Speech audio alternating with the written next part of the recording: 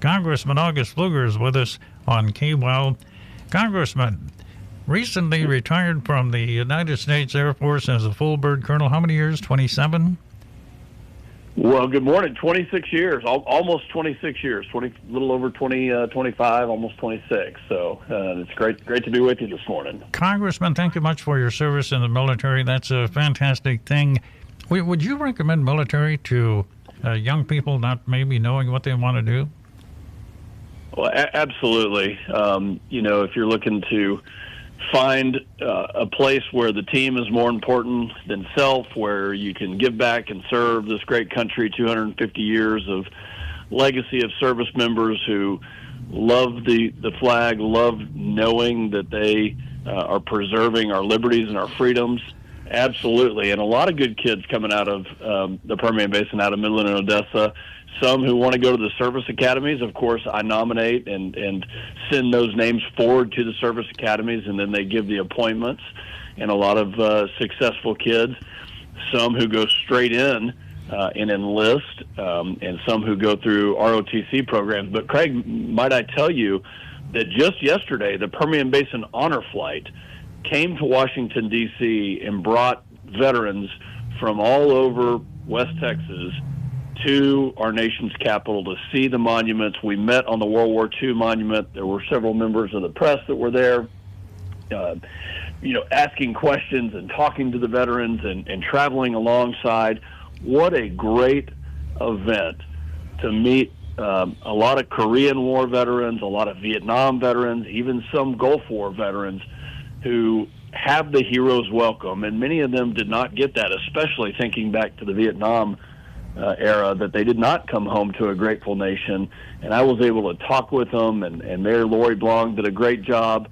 We were able to lay a wreath at the World War II Memorial and celebrate a grateful nation and in gratitude for their service. So 100% I would recommend serving in the military. If you're interested, please reach out to my office, pfluger.house.gov, especially if you're interested in a service academy nomination, which is something that we are directly involved with. Is it tough as an Air Force officer to recommend somebody to go to the Navy Academy?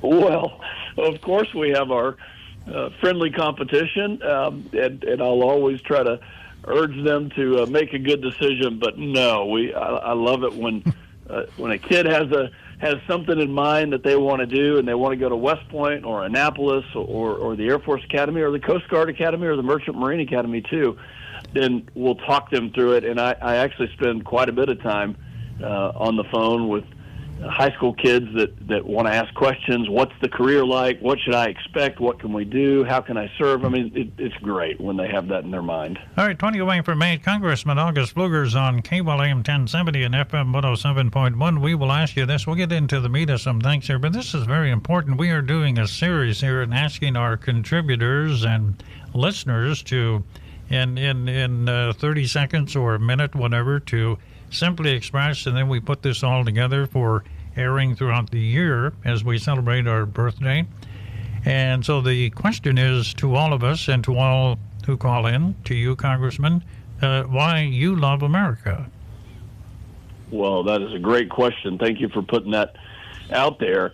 And this is the only country in the world where opportunity and hard work and the ability to live freely and to have liberties and to enjoy a country that was founded on Christian principles that just gives you the opportunity to do and live that American dream. And I love this country because it's not perfect, but we're striving to be a more perfect union, and we're striving to always get it right. But when you come to this country, whether you're first generation or 10th generation, you can live out that American dream, and that's why I love this country. And you, thank you much for that. We appreciate that, and that'll be a part of our series here throughout the year, Congressman. You've been to other countries, obviously, being deployed. Can't imagine the feeling it must be to come back.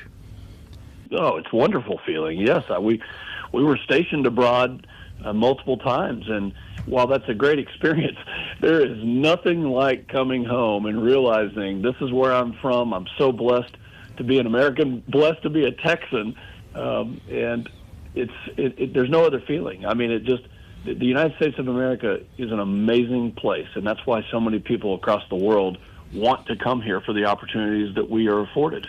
Congressman, you got a bill that passed here, the Federal Broadband Deployment Tracking Act. Tell us about that. Well, it directly affects the district that I represent, a rural district. You know, you think about Glasscock County and Sterling County and many of the counties into the hill country that I represent. And I've been frustrated because you don't know exactly where those dollars are going. We spend a lot of money on deploying broadband and trying to get everyone connected and making sure that we have no digital divide, that our country is connected, not just urban areas. And I was frustrated because I didn't feel like the tracking of that, the mapping of where those holes and gaps were. We know where they are because you just drive down some of those rural highways and you know exactly where they are. So this bill accurately maps it and then will deploy those dollars in a targeted manner with no waste and with more efficiency, if you will. So very, very proud to get that done. And it's something that we need. Obviously, we need it for agriculture. We need it for the oil and gas industry to continue to do the jobs that this district does so well.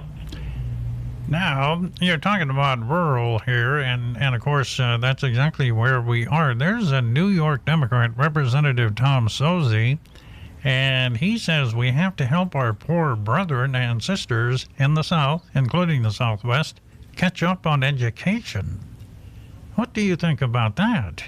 Well, Tom Suozzi is he's a nice guy. We actually we have a bipartisan Bible study. I know that sounds weird to some people that Democrats would attend that, but I think maybe a little bit misguided on some of the ways that we want to do this. I of course believe that the state and the local levels need to have more control and actually have all the control of the educational system. So that's probably where we are divided on it. And quite frankly, I'm not exactly sure what he's what all is in his recommendation or his thoughts. So I'll have to research that a little bit more. But I can tell you that if he's coming at it from a federal level, then I'm going to protect what we do in the state of Texas and at the Midland and Odessa local levels too. All right, good deal. We're not trying to start anything here, just reporting the news, of course, in a bipartisan way. That's what we, of course, do. 16 away from 8, Congressman August Pfluger.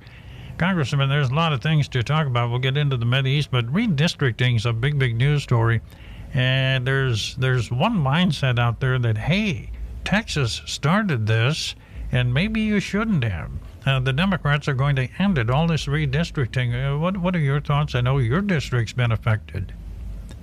Well, it's a false narrative. Of course the Democrats are going to say that.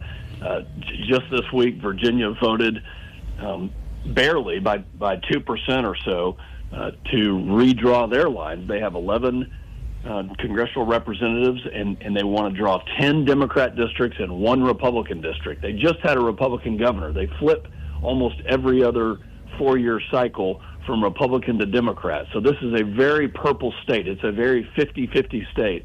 And you're telling me that a 10-to-1 map with 10 Democrats and 1 Republican is fair? I don't think so. Let's go to the Northeast, where you probably have 15-plus representatives north of New York. I'm talking about New Hampshire and Vermont and Maine and Connecticut and Massachusetts and Rhode Island. Not a single Republican up there because they have gerrymandered that for the last 15-plus years. Then let's go to Illinois and California, Oregon and Washington, where you have hardly any Republicans at all, and California has redistricted. So no, Texas has not started this. What President Trump has done is just catch up to what the rest of the Northeast and many of these other states have done for so long. So I don't like the process that happened in Virginia, and I don't think it reflects the voters' will. But that is definitely a false narrative, and in the state of Texas, it is pretty balanced.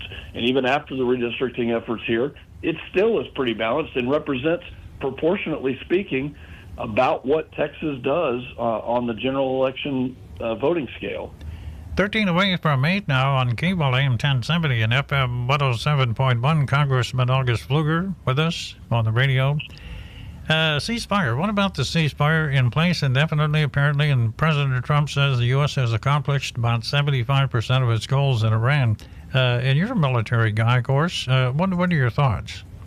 Well, I just watched General Raisin Kane deliver an analysis of the blockade and the tactics and the techniques, the procedures that they're using to do that, the sanctions and the restriction of the flow of money back into Iran. And I think that the ceasefire, I believe that they are using these tools in concert together, in harmony together, to choke off the revenue, but also to allow the Strait of Hormuz with people that are not going to Iranian ports, that are not Iranian or dark fleet ships, to get in and out. And that's important. And I think that the onus is not on the United States. The onus is on the Iranian, the Iranian war machine, the terror machine, to show good faith and goodwill that they believe and that they are committed to not sowing chaos and terrorism throughout the region. And that is really what we were waiting for. So I still believe that the president, it's tough, it's hard, but they don't have a nuclear weapon. And that was very important. And I think they're making progress, but these things are not easy. It takes a lot of will, and there's only one president who had that will. Of course we want this to end quickly. He's doing everything he can to do that. We're starting to see in the news a little bit, could be a shortage of missiles and other armaments and that sort of thing, being in the military and everything. And, of course, a lot of this is classified, I'm sure, but can you tell us anything? Well, we know that the military is going to need what we call a supplemental. There's no question about it, to replenish the ammunition and the munitions and the all of the different weapon systems that have been used and expended. So that is something that we're talking about. In fact, I talked to the speaker directly yesterday, had a private meeting with him about several things, and I talked to Steve Scalise about it as well. So my organization, the Republican Study Committee, is trying to come up with, and we have laid out a framework for a reconciliation bill that would not only tackle fraud, waste, and abuse, that would cut that fraud, waste, and abuse out of our spending and save money, but it would also help replenish the military, and we know that's forthcoming. Okay. Congressman August Pfluger on KWEL. Any thoughts about these missing scientists? It's a fascinating story, and is it a coincidence? I wouldn't have a clue, but what do you think? Well, I mean, we're watching it. My good friend Eric Burleson from Missouri is certainly right in the middle of this. But, I don't think with that number of people that it's just a coincidence. This is something that we're definitely concerned about. So, I'm a fact before anything kind of a person. Let's get the facts. And I'm glad that they're looking at this and researching it. This is just look what they did yesterday with the Southern Law Poverty Center. The DOJ issued an indictment because, we've known for a long time that these NGOs were funding a lot of the chaos in the streets. And sure enough, the organization that was charged with making sure that horrible groups like the KKK could not do what they did to sow the divisiveness and the racist message that they were out there doing, they were getting money from the Southern Law Poverty Center. And that's the indictment is on target, so that's not a conspiracy. And I think that when it comes to these scientists, we need to look at it and get the facts and move forward from there. And another one I kind of like is UFOs. I don't have a clue, but we are starting to see more and more about UFOs. I don't do conspiracies. I never have. I just don't like the Alex Jones form of broadcasting. But UFOs, is there something to this?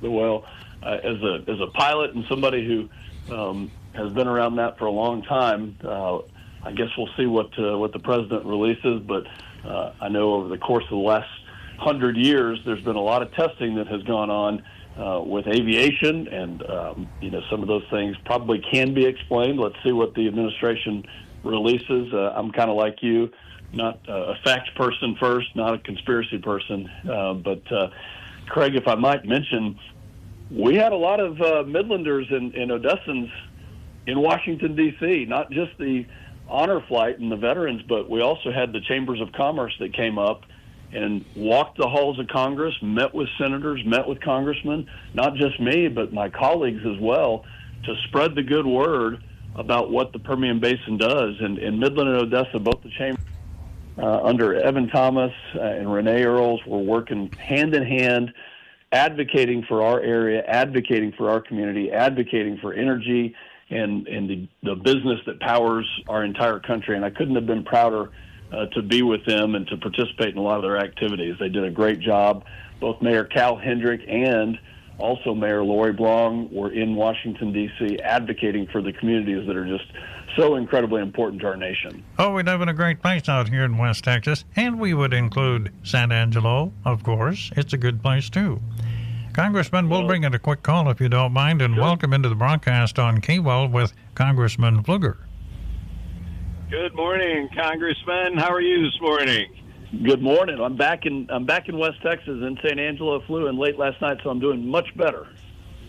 Oh yeah, isn't it beautiful? Best time of the year out here. Hey, I have a question, and I know you're not in the Senate, but I'd like to get your take on it. We have 4 communist Republicans voting against the SAVE Act. Would you care to share what their motivation is to sell their country out like this? The Save America Act, which is so critically important, and I have supported, and the Republican Study Committee has supported, it's unfathomable to me how any Republican, how any senator, Democrat or Republican, could vote against it. To say, I'm going to verify that I'm a citizen of this great country, and then when I vote, I'm going to show my ID. That's the most common sense thing that has ever existed. You can't go anywhere and do anything in this country, in any community, banking, even to the gym, without showing your ID. So this is so basic, and I cannot, for any amount of explanation, understand why these Republican senators would vote against it, and quite frankly, why any Democrat would vote against it. John Thune needs to get this done. He needs to pass this. It's common sense. It secures our elections throughout the country, and it'll make all of us feel better about the election integrity that we desperately need. Congressman, with that, we will let it go at that. We appreciate your time. Thanks again for 26 years in the United States Air Force. Thank you for what you do for this district, and thank you, and God bless America. Well, Craig, thank you. 250 years. We're going to keep fighting for this country. It's the best country in the world. We know that, and it's an honor to go to Washington, D.C. and represent this great country, this great district, and thanks for letting me come on and talk about a couple of these issues. God bless.